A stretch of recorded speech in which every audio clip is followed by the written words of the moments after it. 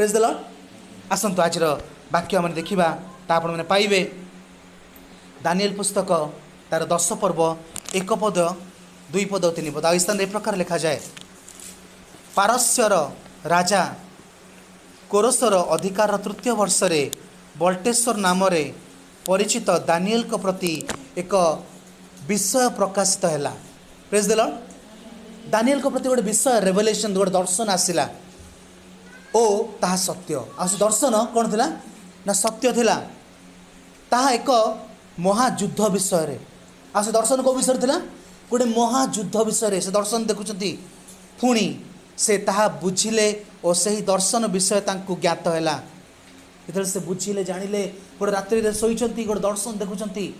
आ से दर्शन कौन ना तांकु व्याकुल करूची। कारण तळपद लिखा जाए, सेही समय मु दानिएल पूर्ण 3 सप्ताह पर्यंत शोक करुଥିଲି।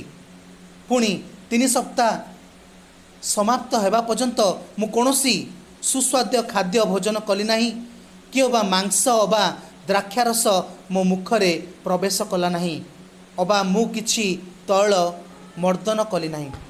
देखो स्थान रे जिते से गोटे दर्शन देखुंती। आ से दर्शन रे गोटे युद्ध विषय देखुंती। आ से दर्शन तक एत दुखित करुच्ची व्याकुल करुच्ची। से कौन करुँच ना 21 दिन उपवास करुँच। देखा जाए 3 सप्ताह ना 3 सप्ताह मैंने 21 दिन एटा को दानिएल फास्ट कहती। दानिएल कर उपवास। आ उपवास समय से केमती उपवास करुँच जेहेतु से दर्शन से जो दृश्य से देखिले तांको बहुत व्याकुल करला। आ से कौन करुँच ना ये उपवास समय किसी सुस्वाद्य खाद्य खाऊना कि मांस खाऊना चॉइस फूड मत यहाँ भल लगे मुझे खाइबी से प्रकार तांकर डिमांड माने से बाहरी जाऊँगी। आ से कौन कर प्रार्थना करुँच। Praise the Lord. देखो ये दानिएल कर उपवास गोटे गोटे विशेष विषय को प्रकाश करे। दानिएल जो दर्शन देखी ये दर्शन को बुझापी से उपवास कले। हालेलुया।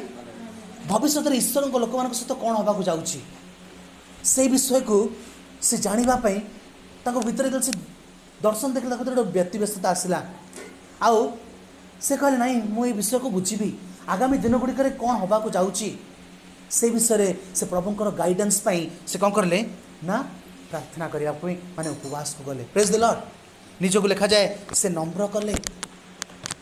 आ 21 दिन से उपवास करुँच। आज मोर हृदय गोटे वाक्य प्रभु दौरान आज किछि विषय हो तो आपण मान जीवन में अच्छी जो विषय आपण मान व्याकुल करुच्ची। हालेलुया। विशेष भाव में परिवार रे। हालेलुया। मु प्रार्थना करुली प्रभु आज प्रदीप परिवार रे प्रदीप प्रभु तुम वाक्य कौन।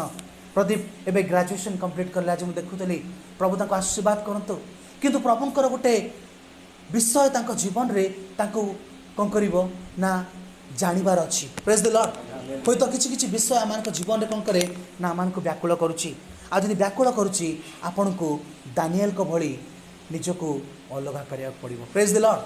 दानिएल कर उपवास गोटे विषय को बुझापी ईश्वर विषय को बा गोटे गाइडेंस पाइबा प्रभु कौन होगा जाऊँगी आ केमती तार सॉल्यूशन कौन। आज आपण एमती किसी परिस्थिति जाउछंती कि जो परिस्थिति रे आपण को लागुची मो जीवन किसी घटना गुड़ी घटुची मत बहुत व्यतिव्यस्त करुच्ची। हालेलुया। मु जानी पारुनी आज यदि आपण से प्रकार गोटे अस्थिरता मध्य दे जाउछंती एटा आपणकर उपवास करिवार समय। हालेलुया। से उपवास समय रे आपण को कौन दरकार ना प्रभु तुम मते जणाओ। आ से उपवास से केमती करुछंती लिखा जाए से उपवास समय रे ताको से 4 पद लिखा जाए माने यदि पढ़िबे मु पढ़ुनी हाँ से उपवास समय से तो किसी खाऊ नाहंती माने सुस्वाद माने पार्शियल फास्टिंग हो तो किसी समय माने गोटे बेला फास्टिंग करूछंती किंतु सुस्वाद्य खाद्य खाऊ नाहंती से गोटे अपेक्षार अछंती। आ सेही भली समय रे प्रभु तांको दर्शन दउछंती। गोटे दूत आसुछंती से गोटे नदी कूल रे ठिया हिचंती। आ से नदी कूल रे लिखा जाए तांकर उपवास सरी जाउची माने 24 दिन रे पढ़िबे लिखा जाए पढ़ंतु 4 पद रे कोन लिखा जाए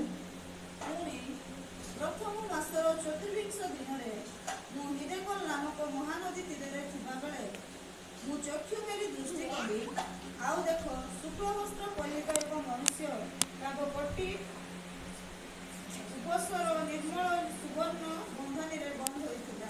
ଆଉ ତାପରେ ସେ ଗୋଟେ ଦର୍ଶନ ଦେଖୁଛନ୍ତି କେଉଁ ଦିନ 24ତମ ଦିନରେ। ହାଲେଲୁୟା। 21 ଦିନ ଉପବାସ ସେ କଲେ କିନ୍ତୁ ଯେଉଁ ବିଷୟ ସେ ଜାଣିବା ପାଇଁ ଚାହୁଁଥିଲେ ଜାଣିପାରିଲେନି। କିନ୍ତୁ 24ତମ ଦିନରେ କ'ଣ କରୁଛନ୍ତି ନା ପ୍ରଭୁ ତାଙ୍କର ଗୋଟେ ଦୂତକୁ ପଠାଉଛନ୍ତି। ପ୍ରେଜ୍ ଦ ଲର୍ଡ। ଆଉ ସେଇ ଦୂତ ଆସିକି ତାକୁ ଦର୍ଶନ ଦେଉଛନ୍ତି। ସେଇ 7 ପଦରେ ଲେଖାଯାଏ ଦାନିଏଲ ଏକାକି ସେ ଦର୍ଶନ ଦେଖିକି ସମ୍ଭାଳି ରହୁଛନ୍ତି। ତାଙ୍କ ସାଙ୍ଗମାନେ ଯେଉଁମାନେ ତାଙ୍କ ସଙ୍ଗୀ ଥିଲେ ସେମାନେ ସବୁ କ'ଣ କହୁଛନ୍ତି ନା ଭୟଭୀତ ହେଇକି ପଳାଉଛନ୍ତି। ଲେଖାଯାଏ ସେଇ ପଢ଼ିବେ କାରଣ ସେଇ 7 ପଦରେ ପୁଣି ମୁଁ ଦାନିଏଲ ଏକାକି ସେହି ଦର୍ଶନ ଦେଖିଲି, କାରଣ ମୋର ସଙ୍ଗୀ ଲୋକମାନେ ସେହି ଦର୍ଶନ ଦେଖିଲେ ନାହିଁ, ମାତ୍ର ସେମାନେ ଅତିଶୟ କମ୍ପିତ ହେଲେ ଓ ଆପଣା ମାତ୍ର ଲୁଚାଇବା ପାଇଁ ପଳେଇଲେ। ହାଲେଲୁୟା। ମୁଁ ଆଜି ଆପଣଙ୍କୁ ଉତ୍ସାହିତ କରିବାକୁ ଚାହୁଁଛି। ମାନେ ମୁଁ ଆଜି କିଛି ଶିକ୍ଷା ଦେବା ପାଇଁ ପ୍ରଚାର କରୁନି। ମୁଁ ପ୍ରଭୁଙ୍କର ଆଡ଼ୁ ଗୋଟେ ବାକ୍ୟ ଶୁଣିକି କେବଳ ଗୋଟେ ବିଷୟ ଗାଇଡେନ୍ସ ପାଇଁ କହୁଛି କି ଯଦି ଆପଣ ବିଶେଷ ଭାବରେ ଆମେ ଯେତେ ଜଣ ଏ ସ୍ଥାନରେ ଅଛୁ, ଯଦି କିଛି ଗୋଟେ ଅସ୍ଥିର ପରିସ୍ଥିତି ଆପଣଙ୍କୁ ବ୍ୟାକୁଳ କରୁଛି, ଆପଣଙ୍କୁ ଗୋଟେ 21 ଦିନର ଉପବାସକୁ ଯିବାକୁ ପଡ଼ିବ। ହାଲେଲୁୟା। ଆଉ ସେ ଉପବାସ ସମୟରେ ଆପଣ ଗୋଟେ ପ୍ରଭୁଙ୍କଠାରୁ ଶୁଣିବାର ମନ ରଖିକି ଯାଆନ୍ତୁ। ହାଲେଲୁୟା। କାହିଁକି ଲେଖାଯାଏ ସେ 12 ପଦରେ ଯେତେବେଳେ ସେ ଦୂତ ଆସି ଦାନିଏଲକୁ କହୁଛନ୍ତି, ପ୍ରଥମ ଦିନ ପଢ଼ନ୍ତୁ। ଏଥିରେ ସେ ମୋତେ କହିଲେ, ହେ ଦାନିଏଲ ଭୟ କର ନାହିଁ, କାରଣ ତୁମ୍ଭେ ଯେଉଁ ପ୍ରଥମ ଦିନରୁ ବୁଝିବା ପାଇଁ ଓ ତୁମ ପରମେଶ୍ୱରଙ୍କ ସାକ୍ଷାତରେ ଆପଣଙ୍କୁ ନମ୍ର କରିବା ପାଇଁ ଆପଣ ମନୋନିବେଶ କଲ, ସେହି ଦିନଠାରୁ ତୁମର ବାକ୍ୟ ଶୁଣାଗଲା, ଆଉ ତୁମର ବାକ୍ୟ ସକାଶୁ ଆମ୍ଭେ ଆସିଅଛୁ। ହାଲେଲୁୟା। ମାନେ ଯେଉଁଦିନ ପ୍ରଥମ ଦିନରୁ ହିଁ ଯେତେବେଳେ ସେ ମନୋନୟନ କଲେ, ହାଲେଲୁୟା, ସେତେବେଳେ କ'ଣ ହେଲା ନା ପ୍ରଭୁ ସେ ବିଷୟକୁ ଗାଇଡେନ୍ସ ଦେବା ପାଇଁ, ମାନେ ଯେଉଁ ଦର୍ଶନ ଦେଖିଲେ ସେ ତାଙ୍କୁ ବ୍ୟତିବ୍ୟସ୍ତ କଲା। ଆଜି ହୁଏତ ଆପଣଙ୍କ ଜୀବନରେ କିଛି ପରିସ୍ଥିତି ବ୍ୟତିବ୍ୟସ୍ତ କରୁଛି, ହୋଇପାରେ ପ୍ରଭୁ ସେଇ ତାର ସଲ୍ୟୁସନ୍ ଆପଣଙ୍କୁ ବୁଝାଇ ଦେବା ପାଇଁ ଆସିଛନ୍ତି। ହାଲେଲୁୟା। ଆଉ ଦାନିଏଲ କେମିତି ନିଜକୁ ସମର୍ପଣ କଲେ? ନମ୍ର କଲେ, ଆଉ ମାଇଣ୍ଡ ସେଟ୍ କଲେ, ଗୋଟେ ମାଇଣ୍ଡ ସେଟ୍ କଲେ, ପ୍ରଭୁ ମୁଁ ଜାଣିବାକୁ ଚାହୁଁଛି କ'ଣ ଘଟିବାକୁ ଯାଉଛି। ହାଲେଲୁୟା। ଆଉ ସେ ଦୂତ ତାପରେ କହୁଛନ୍ତି କ'ଣ ନା ପ୍ରଥମ ଦିନରୁ ତୁମର ପ୍ରାର୍ଥନା ଶୁଣାଯାଇଛି। ଆଉ କିନ୍ତୁ ପାରସ୍ୟର ରାଜା କ'ଣ କରିଛି ନା ତାହା ଅଟକେଇ ଦେଲା। ଆଉ ମିଖାଏଲ ଆସିଲେ ଗୋଟେ ଦୂତ, ଆଉ ସେ ମୋତେ ସାହାଯ୍ୟ କଲେ। ଆଉ ତାପରେ ମୁଁ ଆସିଛି କ'ଣ ପାଇଁ ନା ତୁମକୁ ଯେ ପ୍ରକାର ବୁଝେଇଦେବି ସେ ସମସ୍ତ ବିଷୟ। ପଢ଼ି ଦିଅନ୍ତୁ ସେଇ 14 ପଦ କ'ଣ ଲେଖାଯାଏ। ଏବେ ଶେଷ କାଳରେ ତୁମ୍ଭ ଲୋକମାନଙ୍କ ପ୍ରତି ଯାହା ଘଟିବ ତାହା ତୁମକୁ ବୁଝାଇ ଦେବା ପାଇଁ ଆମ୍ଭେ ଆସିଅଛୁ। ହାଲେଲୁୟା। ପ୍ରଭୁ ଆପଣଙ୍କୁ ବୁଝାଇ ଦେବା ପାଇଁ ଆସିବେ। ହାଲେଲୁୟା। ଏ ବିଷୟ ଗୋଟେ ଦୃଷ୍ଟାନ୍ତ ସ୍ୱରୂପ ମୁଁ ଆପଣଙ୍କ ଗୋଟେ ରଖୁଛି, କାରଣ এই ଦାନିଏଲଙ୍କ ବିଷୟ ଦର୍ଶନ ଯେତେବେଳେ ଆମେ 11 ପର୍ବ ପଢ଼ିବା, ଆଗାମୀ ଦିନ ଗୁଡ଼ିକରେ ଯେଉଁ ତାଡ଼ନା ଆସୁଛି, ଆଣ୍ଟିକ୍ରାଇଷ୍ଟ ଆସିବ, ଯେଉଁ ମହାକ୍ଲେଶର ସମୟ ଆସିବ, ସେ ବିଷୟରେ ଲେଖା ହେଉଛି। ହାଲେଲୁୟା। ଆଉ ତାପରେ କ'ଣ ନା ପୁନରୁତ୍ଥାନ ବିଷୟରେ ବି ଲେଖା ହେଉଛି। ଯଦି ପଢ଼ିବେ ସେ 12 ପର୍ବର 1 ପଦ 2 ପଦରେ, ସେ ଦାନିଏଲ 12:2ରେ ସେଠି ଲେଖାଯାଏ, ପୃଥିବୀର ଧୂଳିରେ ଯେଉଁମାନେ ଶୟନ କରନ୍ତି ସେମାନଙ୍କ ମଧ୍ୟରୁ ଅନେକ ଜାଗି ଉଠିବେ, କେତେକ ଅନନ୍ତ ଜୀବନ ଓ କେତେକ ଲଜ୍ଜା ଓ ଅନନ୍ତ ଅବଜ୍ଞା ଭୋଗ ପାଇଁ ଉଠିବେ। ହାଲେଲୁୟା। ମାନେ ପୁନରୁତ୍ଥାନ, ରୂପାନ୍ତର, ଯେଉଁମାନେ ପ୍ରଥମେ ଈଶ୍ୱରଙ୍କ ଠାରେ ଥାଇକି ମରିଥିବେ ସେମାନେ ଉଠିବେ। ହାଲେଲୁୟା। ରୂପାନ୍ତରିତ ଶରୀର ହେବେ। ତାପରେ ବିଚାର ଦିନ ହେବ। ଆଉ ସେଇ ବିଷୟରେ ଦାନିଏଲକୁ ସେ ପ୍ରକାଶ କଲେ। ଆଉ ଦାନିଏଲ ସେଇ ଦର୍ଶନ ଦେଖି ତାଙ୍କୁ ବ୍ୟାକୁଳ କରିଥିଲା। କିନ୍ତୁ ଆଜି ମୁଁ ସେଇ ବିଷୟରେ କହିବା ପାଇଁ ଚାହୁଁନି। ମୁଁ ଆଜି ଆପଣଙ୍କୁ କହିବା ପାଇଁ ଚାହୁଁଛି, ଆଜି ଆପଣଙ୍କ ବ୍ୟକ୍ତିଗତ ଜୀବନରେ, ଆପଣଙ୍କ ପାରିବାରିକ ଜୀବନରେ, ଆପଣଙ୍କର କାର୍ଯ୍ୟ ଜୀବନରେ, ବା ଆପଣ ଈଶ୍ୱର ଯେଉଁ ଆହ୍ୱାନ କରିଛନ୍ତି, ଆଜି ଆପଣଙ୍କ ଜୀବନରେ ଗୋଟେ ବ୍ୟତିବ୍ୟସ୍ତ ବ୍ୟାକୁଳତା ଯଦି ଅନୁଭବ କରୁଛନ୍ତି, you have to separate 21 days for a fasting. Hallelujah. To get the guidance from God. ହୋଇପାରେ ଆପଣ ଗୋଟେ ବେଳା ଫାଷ୍ଟିଂ କରନ୍ତୁ, କିନ୍ତୁ ସେପାରେଟ୍ କରନ୍ତୁ, କାରଣ ଯେତେ ପର୍ଯ୍ୟନ୍ତ ଆପଣ ନ କରିବେ ଈଶ୍ୱରଙ୍କର ସେଇ ପ୍ରକାଶନ ବା ବୁଝିପାରିବେନି। ହାଲେଲୁୟା। ଆଜି ଲେଖାଯାଏ ଆମ୍ଭର ଲୋକମାନେ କ'ଣ ନା ଜ୍ଞାନର ଅଭାବ ହେତୁ ବିନଷ୍ଟ ହେଉଛନ୍ତି, ବୁଝିପାରୁନାହାନ୍ତି। ତୁମାନେ ସତ୍ୟ ଜ୍ଞାତ ହେବ, ତୁମକୁ ସତ୍ୟ କ'ଣ କରିବ? ମୁକ୍ତ କରିବ। ହାଲେଲୁୟା। ଆଜି ଆମେ ଅନେକ କାର୍ଯ୍ୟ କରୁଥିବା କିନ୍ତୁ କେଉଁଠି ପହଞ୍ଚୁନଥିବା। ଗୋଟେ ଚେୟାର ଅଛି, ରକିଂ ଚେୟାର, ଆପଣ ବସୁଥିବେ, ହଲୁଥିବେ, ଏନର୍ଜି ଖର୍ଚ୍ଚ କରୁଥିବେ, ସେ ଚେୟାର ହଲୁଥିବ, ଏନର୍ଜି କନଜ୍ୟୁମ୍ ହେଉଥିବ, କିନ୍ତୁ ଆପଣ କୁଆଡ଼େ ଯାଉନଥିବେ। ହାଲେଲୁୟା। ଆଜି ମୁଁ ଆପଣଙ୍କୁ ଉତ୍ସାହିତ କରିବାକୁ ଚାହେଁ, ପ୍ରଭୁ ଚାହାନ୍ତି ଆମେ ତାଙ୍କର ଇଚ୍ଛାକୁ ଜାଣିବା। ଆଉ ତାଙ୍କ ଇଚ୍ଛା ଜାଣିବା ପାଇଁ ଈଶ୍ୱର ଆଜି ବିଶେଷ ଭାବରେ এই ସ୍ଥାନରେ ଆମେ ଯେତେ ଜଣ ଅଛୁ ଆମମାନଙ୍କୁ ଉପବାସରେ ପୃଥକୀକୃତ ହେବା ପାଇଁ କହୁଛନ୍ତି। କାହିଁକି ନା କିଛି ରେଭେଲେସନ୍ ଗୁଡ଼ିକ ନା 24 ଦିନରେ ଆସିବ। Hallelujah.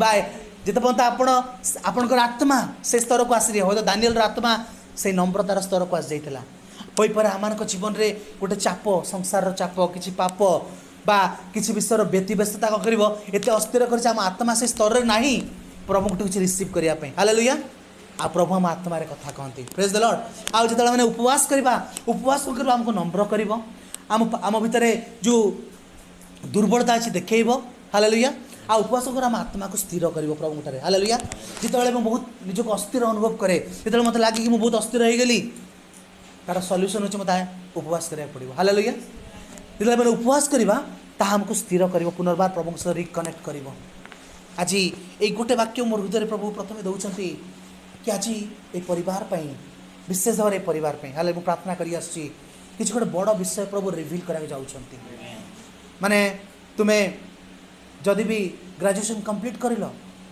But that is a big plan for God आ से प्लान जगतर व्यस्तता भितर तुम शुणी पारिबनी hallelujah you have to separate yourself आपन को निज को अलग करने को पड़ो आज जो अलग कर हो पारे 21 दिन पर्यंत बा 22 दिन पर्यंत बा 24 दिन पर्यंत से विषय प्रकाश तो नहीं पारे हालेलुया किंतु गोटे समय रे प्रभु आपन को प्रकाश करेंगे हालेलुया जितेबाला आज मु विशेष कह चाहूँगी ईश्वर को इच्छा आम जीवन में जाना अति आवश्यक ईश्वर केमती जनाता इच्छा को तांकर वाक्य देकी प्रेज द लॉर्ड ए उपवास समय आम ईश्वर की इच्छा के जाना आज मु किछि विषय आपन निकट शीघ्र शीघ्र रखे चाहूँगी ईश्वर की इच्छा को आम जाना केमती प्रथम विषय हूँ तांकर वाक्य जहाँ से आमको देइछंती प्रेज द लॉर्ड ईश्वर वाक्य हूँ ईश्वर इच्छा आ से वाक्य को आमको देइछंती आउ ए वाक्य को आम जिते पढ़ा आम कौन बा ना ईश्वर वाक्य सहित आक्वेंटेड हो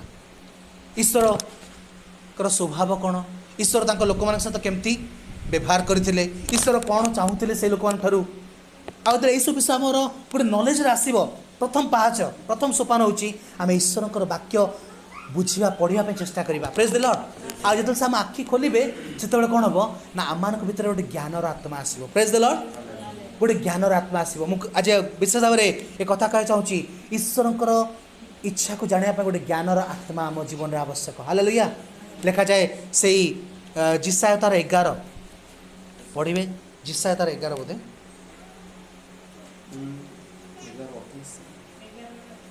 1-2-7 ना 1 पढ़े जिसाय तार जिरेमियाଙ୍କ ନିକଟରେ ସଦାପ୍ରଭୁଙ୍କର ଏହି ବାକ୍ୟ ଉପସ୍ଥିତ ହେଲା ତୁମେମାନେ ଏହି ନିୟମର ବାକ୍ୟ ଶୁଣ ଓ ଜିହୁଦାର 2 जिसाय तार ये प्रकार लिखा जाए पुणी सदाप्रभुंकर आत्मा ज्ञान और विवेचनार आत्मा मंत्रणा और पराक्रमर आत्मा बुद्धि और सदाप्रभु विषयक भयर आत्मा ताहांकठारे अधिष्ठान करिवो प्रेज द लॉर्ड आज मैं आपन कह चाहूँगी ये प्रकार गोटे स्पिरिट प्रभु आपन को दवाक जाउछंती जिते आप स्पिरिट पाइबे से कौन हम ना आपण ईश्वर वाक्य आपण गोटे अलग प्रकार देखा आरंभ करेंगे हालेलुया जो आपण जीवन में देखो आम जीवन में प्रति मुहूर्त आम गोटे निष्पत्ति नौ हालेलुया आ प्रत्येक निष्पत्ति आम जीवन में आम मनीष जागतिक ज्ञान भाव में नहीं पारिबा बा ईश्वर आड़ू योजना मत नहीं पारिबा प्रेज द लॉर्ड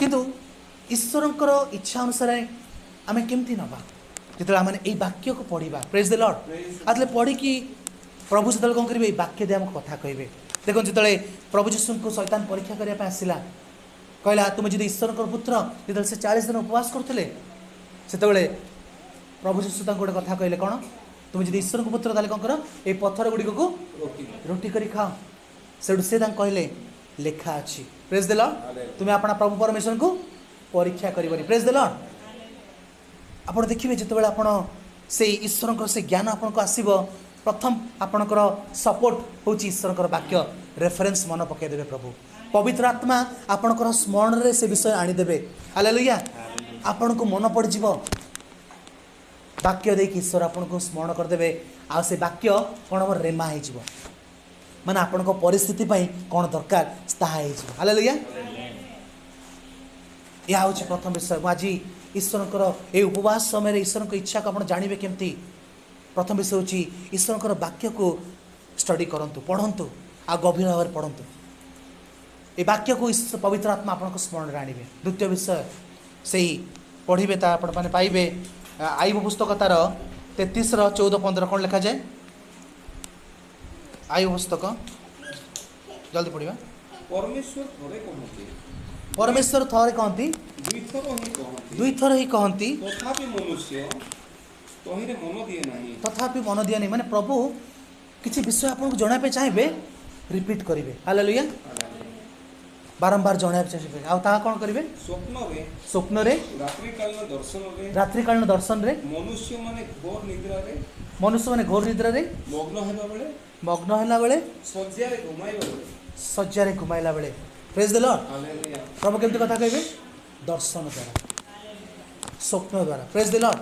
ଆଜି ମୁଁ ଆପଣଙ୍କୁ ଏଇ ଗୋଟେ ବିଷୟ କହିବାକୁ ଚାହୁଁଛି, ଯେତେବେଳେ ଈଶ୍ୱରଙ୍କର ଆତ୍ମା, ଜ୍ଞାନର ଆତ୍ମା, ବୁଦ୍ଧିର ଆତ୍ମା ଆପଣଙ୍କ ଉପରେ ଆସିବ, ସେତେବେଳେ କ'ଣ ହେବ?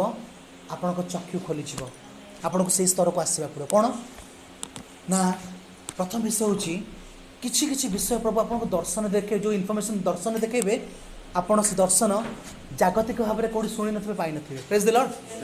ଲେଖାଯାଇଛି ଯେତେବେଳେ ନବୁକଦ୍ନେସର ରାଜା ଗୋଟେ ସ୍ୱପ୍ନ ଦେଖିଲେ, ସେ ସ୍ୱପ୍ନ ସେ କହିଲେ ତାଙ୍କୁ ବ୍ୟାକୁଳ କଲା। ଆମେ ସମସ୍ତେ ମନୋଯୋଗୀ ହେବା। ସେ ସ୍ୱପ୍ନ ତାଙ୍କୁ କ'ଣ କଲା? ବ୍ୟାକୁଳ କଲା। ଆଉ ସେ ସ୍ୱପ୍ନ ବିଷୟରେ ସେ କହିଲେ, ମୋତେ ଯେ ମୋ ସ୍ୱପ୍ନ କହିବ ଆଉ ତାର ଉତ୍ତର କହିବ, ତାର ଇଣ୍ଟରପ୍ରିଟେସନ୍ କହିବ, ଯଦି ନ କହିପାରିବ ମୁଁ ତାକୁ ବଧ କରିବି। ହାଲେଲୁୟା।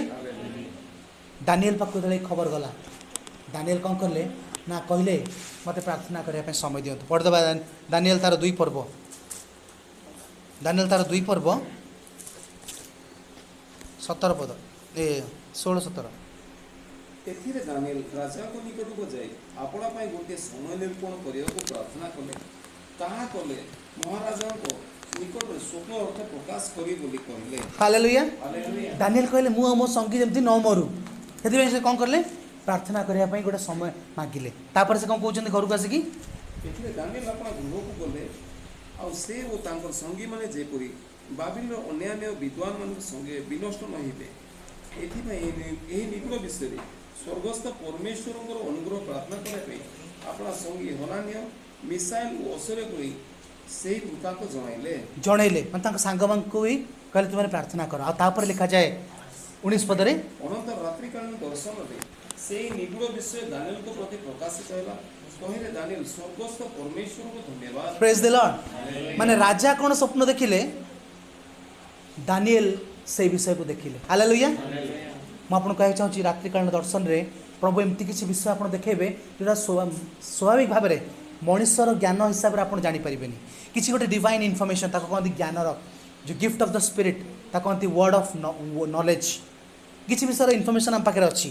ହଁ, ପ୍ରଧାନମନ୍ତ୍ରୀ ଆସୁଛନ୍ତି, ଜାଣିଛୁ ଆମେ। ହାଲେଲୁୟା। ଗୋଟେ ଆନାଉନ୍ସମେଣ୍ଟ ହେବ, ହଁ ଶୁଣିଛୁ। କିନ୍ତୁ ଏଇ ଯେଉଁ ଇନଫର୍ମେସନ୍ ପ୍ରଭୁ ଦେବେ, ତାଟା ଡିଭାଇନ୍। ହାଲେଲୁୟା। ଯେଉଁଟା ସ୍ୱର୍ଗରୁ ଯେଉଁଟା ଆଉ କି ଜାଣିପାରିବେନି, ତାକୁ କହନ୍ତି ଆପୋକାଲିପ୍ସିସ୍। ମାନେ ଗୋଟେ ବିଷୟରୁ ପର୍ଦ୍ଦାକୁ ହଟେଇଦେବା, ଯାହା ଗୁପ୍ତ ହେଇକି ଥିଲା ତାହା ପ୍ରକାଶିତ ହେଇଗଲା। ହାଲେଲୁୟା। ପ୍ରଭୁ ସେଇ ପ୍ରକାର ଆପଣଙ୍କୁ ଦର୍ଶନ ଦେବେ, ଗୋଟେ ଦର୍ଶନ ଆଡ଼କୁ ଆପଣଙ୍କ ଚକ୍ଷୁକୁ ନେଇଯିବେ। ହାଲେଲୁୟା। ଦ୍ୱିତୀୟ ବିଷୟ ପ୍ରଭୁ କ'ଣ କରିବେ ନା, ଆପଣଙ୍କ ଭିତରେ ସେ ଦର୍ଶନକୁ ବୁଝିବାର ଗୋଟେ ଶକ୍ତି ଦେବେ ପ୍ରଭୁ। ଆପଣଙ୍କ ନିକଟରେ ଯେତେବେଳେ ପରିସ୍ଥିତି ରଖାଯିବ ବା ଦର୍ଶନ ରଖାଯିବ, ଆପଣ ସେ ପରିସ୍ଥିତି ବିଷୟ ବୁଝିପାରିବେ। ହାଲେଲୁୟା। ଲେଖାଯାଏ ସେଇ ଦାନିଏଲ ତାର 1:17 କ'ଣ ଲେଖାଯାଏ? ଆଉ ପରମେଶ୍ୱର ସେହି ଚାରି ଯୁବାଙ୍କୁ ସମସ୍ତ ବିଦ୍ୟା ଓ ଜ୍ଞାନରେ ବୁଦ୍ଧି ଓ ନିପୁଣତା ଦେଲେ। ପୁଣି ଦାନିଏଲ ଯାବତୀୟ ଦର୍ଶନ ଓ ସ୍ୱପ୍ନ ବିଷୟରେ ବୁଦ୍ଧିମାନ ହେଲେ। ହାଲେଲୁୟା। ମାନେ understanding of dreams and vision. ମୁଁ ଆଜି ଆପଣଙ୍କୁ କହିବାକୁ ଚାହୁଁଛି, ଈଶ୍ୱରଙ୍କ ଆତ୍ମା ଯେତେବେଳେ ଆପଣଙ୍କ ଉପରେ ଆସିବ, ସେତେବେଳେ ଆପଣ ଡିଭାଇନ୍ ୱେରେ କିଛି ଇନଫର୍ମେସନ୍ ପାଇବେ। ହୁଏତ ଆପଣଙ୍କ ଅଫିସରେ କ'ଣ ଚାଲିଥିବ, କେହି ଜାଣିନଥିବେ କ'ଣ ହେବାକୁ ଯାଉଛି, ଆପଣଙ୍କ ପାଖକୁ ସେଇ ଇନଫର୍ମେସନ୍ ଆସିଯାଇଥିବ। ପ୍ରଭୁ ଆପଣଙ୍କୁ ଦର୍ଶନ ଦେବେ। ଆପଣ ଯେଉଁ ବିଷୟରେ ବ୍ୟାକୁଳ ହେଉଛନ୍ତି, ସେ ବିଷୟରେ ଆପଣଙ୍କର ଦର୍ଶନ ଆଗରୁ ପାଇଯାଇଥିବେ। ହାଲେଲୁୟା।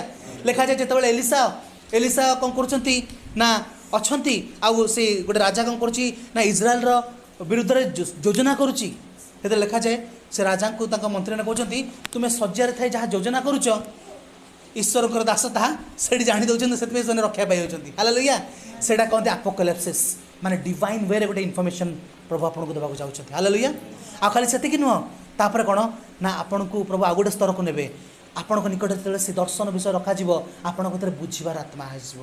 ଆପଣ ଦେଖୁ ହଁ, ଏଇ ପରିସ୍ଥିତି, ସମସ୍ତେ ପରିସ୍ଥିତି ଗୋଟେ ବିଷୟରେ ଦେଖୁଥିବେ। ଯେତେବେଳେ ଜୋସେଫଙ୍କ ପାଖରେ से दर्शन कहगला 7टी मोटा गाई कौन कर चरुंच आतापर 7टी पतला गाई आसिक 7टा मोटा गाई को खाई दौरान कहीं बुझे पारना हालेलुया कि जो जोसेफ को निकट रखा जोसेफ देखु देखु जानी दौची अरे 7टी माने कौन सुभिक्ष आसूची दुर्भिक्ष आपड़ से प्रकार परिस्थिति देखा जाऊँ हालेलुया आपड़ परिस्थिति देखिए विशेष भाव में आपको कौची आप देखिए परिस्थिति को देखु देखु आप परिस्थिति भितर को मैंने अंधार भितर टर्च पकाती से प्रकार कहती कौन ना आपण भीतर से अंडरस्टैंडिंग आसीज प्रेज द लॉर्ड ता भीतर आपण भीतर से अंडरस्टैंडिंग आसिया जाऊँगी प्रेज भाव में आपको द्वितीय विषय हूँ कौन ना से जो दर्शन आप देखिए ईश्वर आपण निकट में बागर परिस्थिति रहा से परिस्थिति को समस्ते गोटे भिन्न प्रकार देखुए कि से परिस्थिति पछरे ईश्वर उद्देश्य कौन ताहा आपण जानीपर हालेलुया जोसेफ को निकट में प्रकाश करागला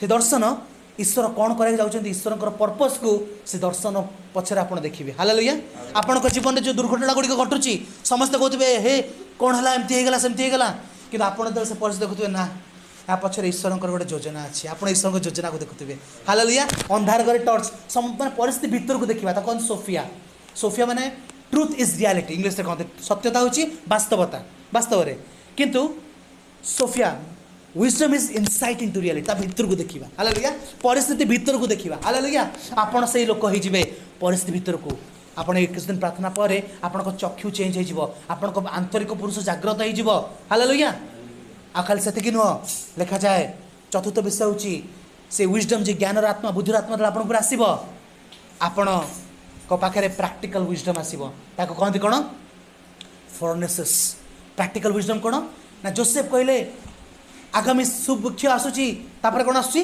दुर्भिक्ष आसूची राजा कहले ताले सॉल्यूशन यार कौन प्रैक्टिकल सॉल्यूशन जोसेफ कहले गोटे ज्ञानवान लोक को नियुक्त करा जाओ अब से कौन करू ना एक पंचमांश साइड करू राजा स्टोर कर रखा जाऊ हालेलुया माने गोटे प्रैक्टिकल सॉल्यूशन दबार लोक हो हालेलुया अच्छा एमती एमती करले एमती हम हालेलुया ए प्रकार स्तर ये 4टी स्तर मुझे आपको कहूँ ये ज्ञान आत्मा बुद्धि आत्मा आपण भीतर आसब आपण से कौन हम ना आप दर्शन देखा आरंभ करेंगे प्रेज द लॉर्ड डिवाइन वे आपण पाखक इनफॉरमेशन आसब आप प्रार्थना करंतु जानी पारिबे कौन प्रभु आप तापर बुझेदेवे से लोक आत्मा जब आसला से दूत आसी कौन कला बुझेदेला आपण को प्रभु बुझीबार ज्ञान देवे हालेलुया आपण को ता पछरे ईश्वर उद्देश्य को जानिबार ज्ञान देवे हालेलुया आ तार समाधान रो सॉल्यूशन रो मध्ये प्रैक्टिकल विजडम देवे आज मैं आपन को आउथरे उत्साह कर चाहे ईश्वर को इच्छा को आम जानिबा